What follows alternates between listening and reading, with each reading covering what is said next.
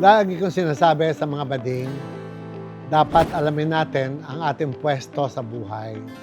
Dapat alam natin kung hanggang saan lang tayo para hindi tayo masasaktan.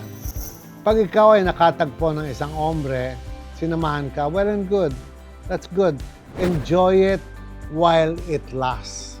Huwag niyo kalilimutan yan. Enjoy it while it lasts. Dahil lahat ay natatapos.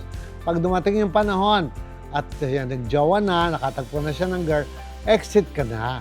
Hindi nyo kayang tapatan ang muher. Dahil ang muher nga, like ko sinasabi, naging sample ko na ang mani at ang butong pakwan, ang regla at ang miso. Ano pang gusto nyo shampoo? Mas masakit pa? O pwes, ang babae ay may kumunoy.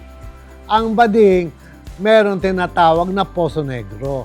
Yan lang ang pagkakaiba. Dapat alam natin na out na kayo pagkatapos ng relasyon. Kung ang isang bading naman may jowa at nagjowa po ng iba, ang datong mo naman ate, bongga ka. Ibig sabihin, you can afford to get more men because you have money to pay. Ganun lang naman yan kasimple. Tigilan na yung mga faithful sa mga bading. Diyos ko, faithful na lang, mas maganda pang pakinggan. Ang ganda mo ate, yun lang naman masasabi ko, ang ganda mo, diba? Pero, huwag kalilimutan, lahat ay may katapusan. Tatandaan mo, kung ang babae ay nahihila ng lalaki, ang tawag dyan, prostitute. Okay?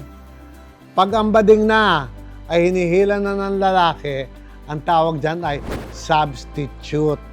Okay? Huwag kalilimutan.